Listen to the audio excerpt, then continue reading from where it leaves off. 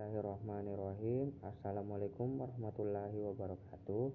Saya M. Agung Perdana dan adapun teman saya Andi Muhammad Kadafi akan mempresentasikan hasil kerja kelompok kami, yaitu proses pengolahan sumber daya alam tidak terbarukan, proses pengolahan minyak bumi menjadi bahan bakar minyak dan non bahan bakar minyak. Kami dari kelompok 4. Adapun yang pertama adalah sumber daya alam tidak terbarukan. Sumber daya alam tidak terbarukan adalah sumber daya alam yang jumlahnya terbatas dan tidak dapat diperbarui dalam jumlah yang relatif singkat. Adapun pengertian dari minyak bumi adalah suatu campuran yang terdiri dari berbagai senyawa kimia, terutama senyawa hidrokarbon, dan terbentuk dari dekomposisi yang dihasilkan oleh fosil, tumbuhan-tumbuhan, dan hewan. Komposisi minyak bumi terdiri dari senyawa hidrokarbon, yaitu alkana, sikloalkana, dan aromatik, dan adapun senyawa yang mengandung belerang, nitrogen maupun oksigen. Adapun pembentukan minyak bumi, yaitu minyak bumi terbentuk dari pelapukan puing-puing berbagai jenis organisme seperti tumbuhan, hewan, dan mikroorganisme, dan telah terkubur dengan lumpur di dasar laut selama jutaan tahun. Adapun proses dari minyak bumi, yaitu di mana proses mengubah fosil hewan menjadi minyak melewati beberapa tahapan yang sangat panjang. Pertama, yaitu dilakukan eksplorasi, di mana kegiatan ini bertujuan untuk memperoleh informasi kondisi geologi guna untuk menemukan dan memperoleh perkiraan cadangan minyak bumi. Umumnya mengambil bidikan udara untuk mengambil peta topografi. Adapun proses pengolahan minyak bumi yang kedua, yaitu eksploitasi. Eksploitasi adalah rangkaian kegiatan yang berkaitan dengan produksi minyak. Kegiatan ini meliputi pengeboran dan penyelesaian sumur, transportasi untuk pemisahan dan pemurnian minyak, penyimpanan dan pembangunan fasilitas pengolahan, dan terdiri dari proses destilasi yang bertingkat. Adapun proses pengolahan minyak bumi tahap 1, di mana tahap pertama adalah proses destilasi bertingkat, yaitu dengan memisahkan minyak mentah menjadi fraksi-fraksinya berdasarkan titik didih masing-masing fraksi. Semakin tinggi suhu, semakin rendah suhu menara destilasi fraksional. Akibatnya komponen titik didih tinggi mengembun dan memisahkan, dan komponen titik didih rendah naik dan kembali ke keadaan semula. Adapun hasil sortasi oil adalah sebagai berikut. Yang pertama yaitu pecahan pertama. Fraksi ini menghasilkan fraksi yang paling ringan. Minyak mentah dengan titik didih di bawah 30 derajat Celcius berwujud gas pada suhu kamar. Gas pada tahap ini adalah bentuk gas yang awalnya larut dalam minyak mentah, sedangkan bentuk gas yang tidak larut akan dipisahkan saat proses pengeboran berlangsung. Adapun yang kedua yaitu fraksi kedua. Pada fraksi ini dihasilkan petroleum ether.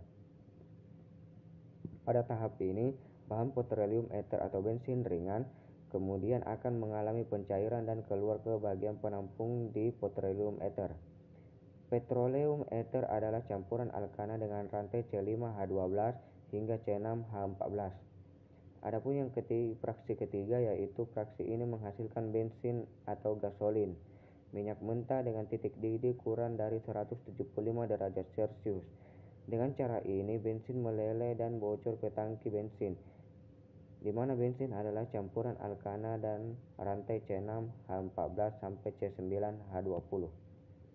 Adapun fraksi keempat, di mana fraksi ini menghasilkan nafta, minyak mentah dengan titik didih kurang dari 200 derajat Celcius. Rute ini mencairkan nafta ke dalam reservoir nafta. Nafta adalah campuran alkana dan rantai C9H20 hingga C12H26. Adapun fraksi kelima, yaitu fraksi ini menghasilkan minyak tanah atau kerosen, di mana minyak mentah dengan titik didih kurang dari 275 derajat Celcius masih berupa uap. Pada jalur ini, minyak tanah atau kerosin meleleh dan bocor ke reservoir minyak tanah. Minyak tanah atau kerosen merupakan campuran alkana dengan rantai C12H26 hingga C15H32. Adapun fraksi ke-6 di mana fraksi ini menghasilkan minyak ringan atau light oil, di mana minyak mentah dengan titik didih kurang dari 375 derajat Celcius. Dengan cara ini minyak ringan atau light oil meleleh dan masuk ke reservoir minyak ringan. Minyak solar adalah campuran dari rantai alkana dan di mana rumus kimianya yaitu C15H32 hingga C16H34. Adapun fraksi ke-7 di mana pecahan ini memberikan residu. Minyak mentah dipanaskan hingga suhu tinggi melebihi 375 derajat Celcius yang menyebabkan penguapan. Rute ini menghasilkan residu yang tidak mudah menguap. Residu non-volatil berasal dari minyak non-volatil seperti aspal dan batu bara minyak di bumi.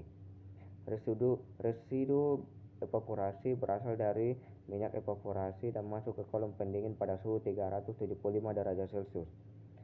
Adapun proses pengolahan minyak bumi tahap kedua di mana ini adalah pengolahan yang lebih lanjut dari hasil unit pengolahan tahap pertama, di mana pengolahan tahap ini bertujuan untuk mengekstraksi dan memproduksi sebagai jenis bahan bakar minyak atau BBM dan non-BBM dalam jumlah besar dengan kualitas yang lebih tinggi.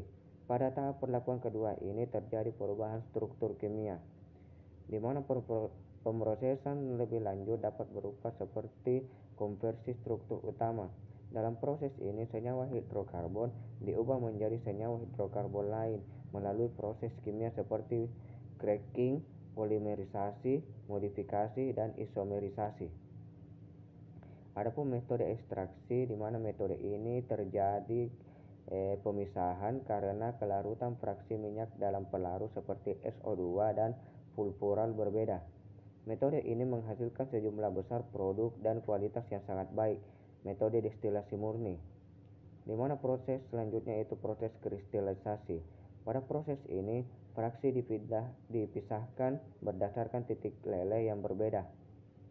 Lilin dan oil filter dibuat dari bahan bakar diesel yang kaya paraf dengan pendinginan, pengempresan, dan penyaringan. Adapun tahap selanjutnya yaitu pemurnian atau perlakuan produk. Produk minyak yang diperoleh pada tahap pertama dari perawatan dan perawatan selanjutnya sering terkontaminasi dengan zat berbahaya seperti senyawa kaustik dan bau yang tidak sedap. Kontaminan ini harus dibersihkan, misalnya menggunakan soda api, tanah liat, dan proses hidrogenisasi. Adapun sebagai kesimpulan dari presentasi saya ini yaitu adalah di mana minyak bumi adalah campuran kompleks senyawa hidrokarbon yang terbentuk dari selama jutaan tahun yang lalu, di mana melalui dekomposisi fosil tumbuhan dan hewan yang terkubur dalam batuan sedimen di bawah laut.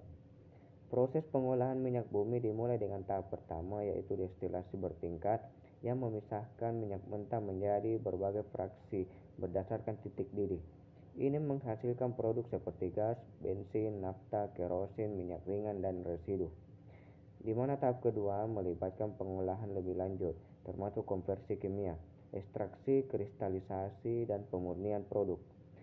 Hasil akhirnya adalah berbagai jenis bahan bakar minyak dan produk minyak non-bakar yang digunakan dalam berbagai industri.